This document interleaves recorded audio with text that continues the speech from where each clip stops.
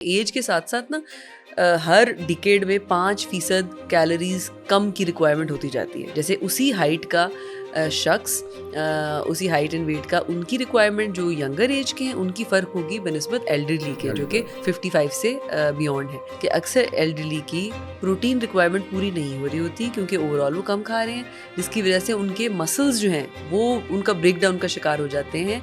अच्छा, जैसे अभी हमने अंडे का जिक्र किया, वैसे हमारी जो रवायती खाने हैं उसमें दही भी है, लस्सी भी है, अंडा भी है, दूध भी है। इनकी भी कोई अहमियत है इन सब चीज़ों को अगर आप देखें तो? जी बिल्कुल, नाश्ते में एक तो ये कि बहुत अच्छा कैल्शियम का और डिफरेंट मिनरल्स का सोर्स है, प्रोटीन भी अच्छी है, तो ये बिल्कुल नाश्ते में इसकी अहमियत है। लेकिन इसमें सिर्फ ये देखना है कि चिकनाई के बगैर या कम चिकनाई वाले दूध और दही का इस्तेमाल किया जाए। उसकी वजह ये है कि हमारे मुल्क में हाइपरटेंशन की प्रेवलेंस बढ़ती जा रही है, जी जी डायबिटीज़ की बढ़ती जा रही है। तो एल्डरली अगर अपने नमक, चीनी और चिकनाई का ज़रा ख्याल कर लें तो वो प्रिवेंशन के उसमें भी आ सकते हैं। एक तो है ना कि अगर डिज़ीज़ खुदा न खास्ता हो ही गई है, लेकिन प्रिवेंशन के लिए भी इन चीज़ों का ज़रा इस्तेमाल थोड़ा कम करें, क्योंकि देखें एज के साथ साथ ना हर डिकेड में 5% कैलोरीज कम की रिक्वायरमेंट होती जाती है। जैसे उसी हाइट का शख्स उसी हाइट एंड वेट का उनकी रिक्वायरमेंट जो यंगर एज के हैं उनकी फ़र्क होगी बनस्बत एल्डरली के जो कि 55 से बियॉन्ड है। और हर डिकेड में 5% वो कम होते जाती है रिक्वायरमेंट। तो अब हमने क्या करना है, हमारे लिए चैलेंज ये है कि हमने न्यूट्रिएंट डेंस ग़िज़ा देनी है जिसमें कैलोरीज़ के मुकाबले में डिफरेंट न्यूट्रिएंट्स जैसे कि विटामिन्स एंड मिनरल्स उनकी मिकदार ज़रा ज़्यादा हो और कैलोरीज़ जो हैं वो मुनासिब मिकदार में हो। उसके अलावा एक चैलेंज आता है हाइड्रेशन का कि पानी प्रॉपर वो पिए, ये ना हो कि डिहाइड्रेटेड हो जाएं, क्योंकि वक्त के साथ साथ उम्र के साथ साथ ज़्यादा डिहाइड्रेटेड होने के चांसेस बढ़ते जाते हैं।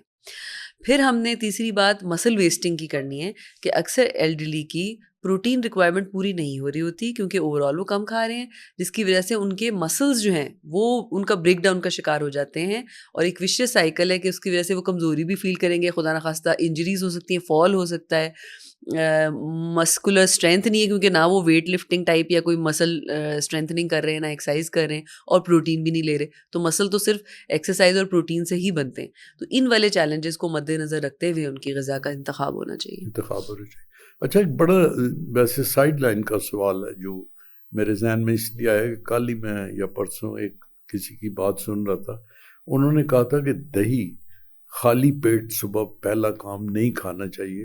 हालांकि जो हमारा ट्रेडिशनल कल्चर था स्पेशली विलेजेस का, तो सुबह तो खा ही सबसे पहले दही जाता था।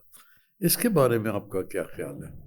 ऐसी कोई रिसर्च या कोई एविडेंस मेरे पास मौजूद नहीं है कि दही को मना किया जाए कि खाली पेट नहीं खाना।